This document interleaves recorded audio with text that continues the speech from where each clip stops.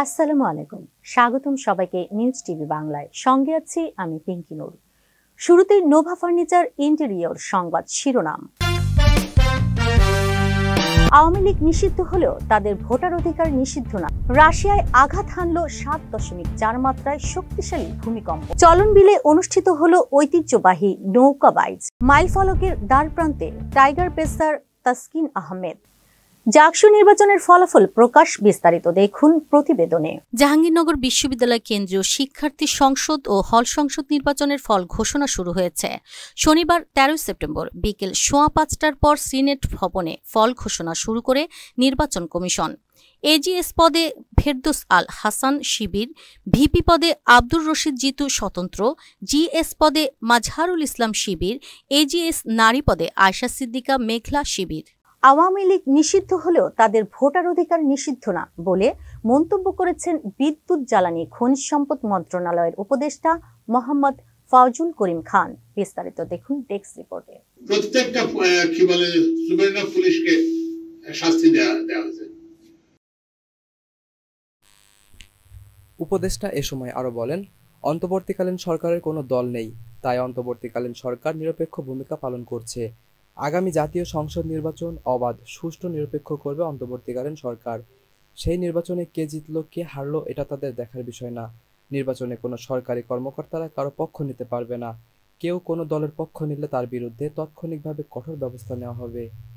দল নিরপেক্ষ সরকার, আমাদের কোনো দল নেই, তো এই জন্য যে মানে যেটা যাতে একটা কি বলে নিরপেক্ষ যে নির্বাচন হয়, মানুষ যাতে নির্দ্বিধায় নির্ভয়ে ভোট দিতে পারে, তার পছন্দের প্রার্থীকে সেই পরিবেশ সৃষ্টি করতে হবে। আরেকটা জিনিস হচ্ছে যে যারা ফিল্ডের আসছে তারা কিন্তু মনে রাখবা, এই যে 2018 সালের যে ওই যে যেটাকে লাইলাতুল ইলেকশন বলে, রাতের বেলা নির্বাচন, প্রত্যেকটা ডিসিকে কিন্তু করা হয়েছে, শাস্তি দেওয়া হয়েছে। প্রত্যেকটা কি বলে সুবর্ণ পুলিশকে শাস্তি দেওয়া হয়েছে, এবং এই নির্বাচনের প্রক্রিয়ায় যারাই অনিয়ম করবে শাস্তি দেওয়া হবে, তাৎক্ষণিকভাবে শাস্তি দেওয়া হবে। কারণ আগে তো হচ্ছে কি এগুলো এনকারেজ করা হয়েছে, এবার কিন্তু আমরা অপেক্ষা করবো না। আরেকটা জিনিস যেটা করবো না, যেটা ইয়েতে দেখা যাচ্ছে, কে জিতবে না জিতবে নির্বাচনে, এটা কিন্তু তোমাদের সরকারি কর্মকর্তার বিষয় না। যে নির্বাচিত হবে তার সঙ্গে কাজ করতে হবে আমাদেরকে। শিবসা নদী খনন ও টেকসই বেড়িবাঁধ নির্মাণের দাবি খুলনা ও সাতক্ষীরাবাসীর। শিবসা কপোতাক্ষ নদী দ্রুত খনন এবং উপকূলে টেকসই বেড়িবাঁধ নির্মাণের দাবি জানিয়েছে খুলনা ও সাতক্ষীরাবাসী। শনিবার জাতীয় প্রেস ক্লাবের সামনে আয়োজিত এক মানববন্ধন থেকে এ দাবি জানানো হয়। মানববন্ধনটি আয়োজন করে পাইকগাছা সমিতি, তালা উপজেলা সমিতি এবং কপোতাক্ষ ফোরাম। মানববন্ধনে বক্তারা বলেন, জলবায়ু পরিবর্তনের ক্ষতিকর প্রভাবে সুন্দরবনের পার্শ্ববর্তী দক্ষিণ পশ্চিম উপকূলীয় অঞ্চলে জনজীবন সংকট প্রতিনিয়ত বাড়ছে। টেকসই বেড়িবাঁধের অভাবে প্রতি বছর বর্ষা মৌসুমে নতুন নতুন এলাকা প্লাবিত হচ্ছে। অন্যদিকে সুষ্ঠু ব্যবস্থাপনার অভাবে নদ নদী ভরাট হয়ে স্থায়ী জলাবদ্ধতার সৃষ্টি হচ্ছে। খুলনা জেলার পাইকগাছায় শিবসা নদী ইতিমধ্যে নালায় পরিণত হয়েছে।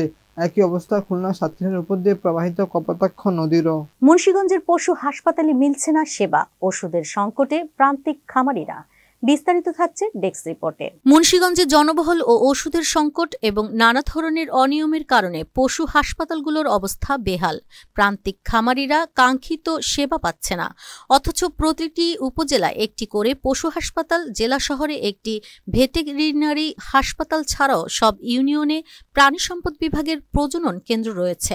কর্তৃপক্ষ বলছে এ সমস্যা সমাধানের চেষ্টা চলছে। প্রান্তিক খামারিরা বলছেন, ইউনিয়ন পরিষদে পশু সম্পদ বিভাগের কেন্দ্র থাকলেও বাস্তবে তা কার্যত নেই। নেত্রকোনায় নৌকা স্পিডবোট সংঘর্ষে এক নারী ও 3 শিশু নিখোঁজ। নেত্রকোনার খলিয়াজুড়ি উপজেলার ধনু নদে একটি যাত্রীবাহী স্পিডবোট ও নৌকার সংঘর্ষের ঘটনা ঘটেছে। এতে একজন নারী ও 3 জন শিশু নিখোঁজ হয়েছেন। শুক্রবার 12 সেপ্টেম্বর বিকেলে উপজেলার চরপাড়া গ্রামের ধনু নদে এই ঘটনা ঘটে। চলনবিলে অনুষ্ঠিত হলো ঐতিহ্যবাহী নৌকা বাইচ। উৎসব আমেজে পরিপূর্ণ নাটোর। বিস্তারিত দেখুন রায়হান ইসলামের প্রতিবেদনে। গ্রাম বাংলার প্রাচীন ঐতিহ্যের উৎসবগুলোর মধ্যে অন্যতম একটি হচ্ছে নৌকা বাইচ। জীবনযাপনে আধুনিকতার সংস্পর্শে হারিয়ে যেতে বসেছে বাঙালির ঐতিহ্যের এই উৎসবটি। ঐতিহ্যকে ধরে রাখতে চলনবিল অধ্যুষিত নাটোরের গুরুদাসপুরে অনুষ্ঠিত হয়ে গেল মনোমুগ্ধকর নৌকা বাইচ। শুক্রবার 12 সেপ্টেম্বর বেলা 3টায় নাটোরের জেলা প্রশাসনের আয়োজনে চলনবিলের গুরুদাসপুর উপজেলার বিলসায় নৌকাবাইচ উৎসবটি শুরু হয়। এদিন বিকেলে প্রতিযোগিতা শুরু হলে নৌকাবাইচ দেখতে সকাল থেকে জেলার দূর দূরান্ত থেকে আসতে থাকেন দর্শনার্থীরা। দুপুরে কানায় কানায় ভরে ওঠে গুরুদাসপুরের বিলাসমুখী রাস্তাঘাট। সোনারতরী, উড়ন্ত পলাকা, আলমদিনা, বাংলা বাঘের মতো বাহারি নামে নৌকা নিয়ে মাঝিরা দুরন্ত গতিতে বৈঠা বেয়ে একে অপরকে অতিক্রমে লড়াই করেন। নৌকাগুলোর এই এগিয়ে যাওয়ার প্রতিযোগিতা দর্শক মনে তুমুল উত্তেজনার সৃষ্টি করে।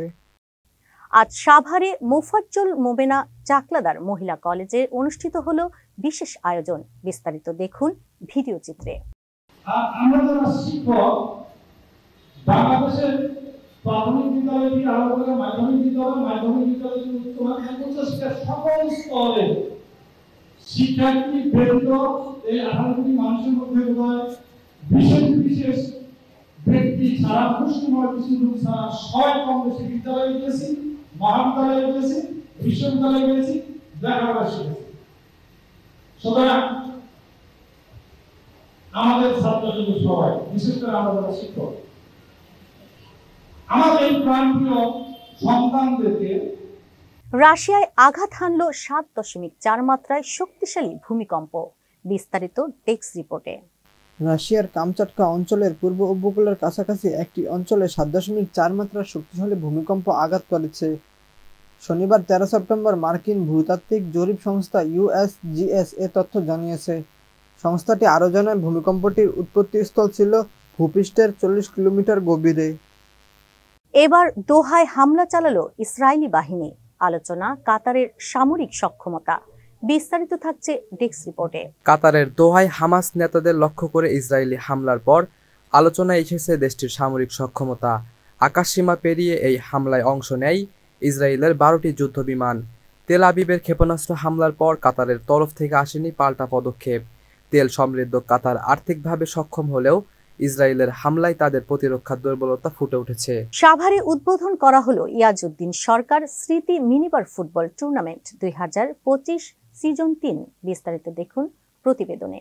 শুক্রবার রাতে উপজেলার তেঁতুলঝরা ইউনিয়নের হেমায়তপুরের পূর্বহাটি এলাকায় বেলুন উড়িয়ে ব্যতিক্রমধর্মী এ ফুটবল টুর্নামেন্টের উদ্বোধন করেন সাভার উপজেলা বিএনপির সাবেক সভাপতি জামাল উদ্দিন সরকার। উদ্বোধনী খেলায় বেরাইদ স্পোর্টিং ক্লাবকে 2-0 গোলে হারিয়ে চ্যাম্পিয়ন হওয়ার গৌরব অর্জন করেন পূর্বহাটি গ্যালাস্টিক্স দল। মাসব্যাপী এ খেলায় 48টি দল অংশগ্রহণ করবে। খেলাটি দেখার জন্য মাঠে কয়েক হাজার দর্শক উপস্থিত ছিলেন।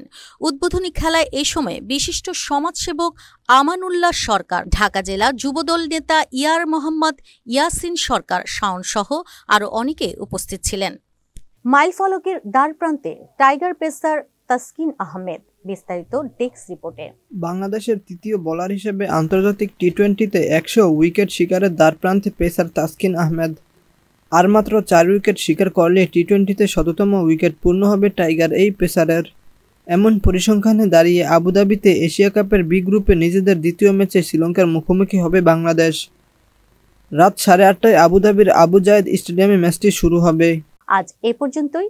আমাদের সর্বশেষ নিউজের আপডেট পেতে আমাদের ফেসবুক পেজে লাইক এবং কমেন্ট করে আমাদের পাশেই থাকুন। ধন্যবাদ।